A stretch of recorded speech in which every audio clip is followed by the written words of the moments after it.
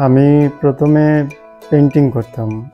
হ্যাঁ, তখন পেইন্টিং করার সময় আমি বিশেষ করে সিলেটের বিভিন্ন ঐতিহ্যবাহী প্রাকৃতিক এবং যে ঐতিহাসিক স্থাপনা আছে ওগুলো আমি পেইন্টিং করতাম।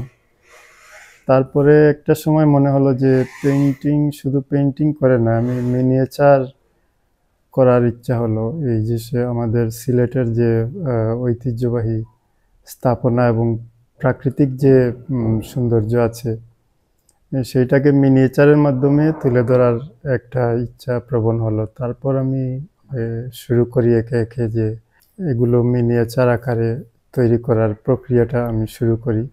প্রথমে 2019 সালে আমি জৈন্তাপুরের যে রাজবাড়ি আছে ওই জৈন্তাপুরের রাজবাড়িটি আমি মিনিয়েচার তৈরি করি।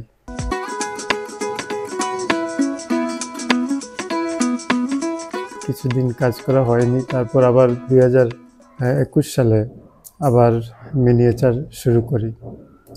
তখন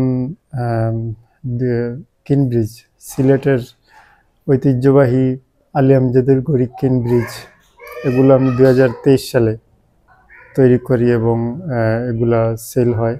তারপরে একে একে আসলে আবেদন আসে যে আরও সিলেটের যে সকল স্থাপনা আছে বা প্রাকৃতিক যে সৌন্দর্য, সিলেটকে পর্যটনের একটা করা হয়, ওখানে প্রাধান্য আছে।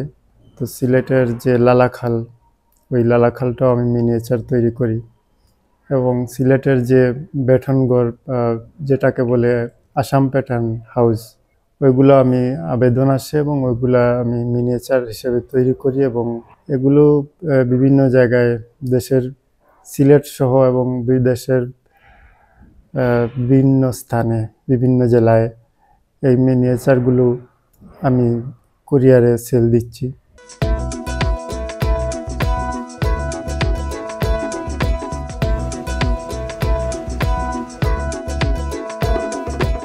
শিল্পকলা একাডেমি থেকে চারুকলায় প্রশিক্ষণ নেই। তারপরে শালম গ্যালারি অফ ফাইন আর্টস, সেখান থেকে আমি সার্টিফিকেট কোর্স করি। তারপরে সিলেট আর্টস কলেজ, সেখান থেকে 1 বছরের সার্টিফিকেট কোর্স করি। কিন্তু মিনিয়েচার আসলে এইটার আলাদাভাবে আমার কোনো প্রশিক্ষণ নেই। এটা আমি নিজে থেকেই ঘাটাঘাটি করে শুরু করি এবং এই পর্যন্ত কোনো রকম প্রশিক্ষণ ছাড়াই আমি মিনিয়েচারের কাজ করছি।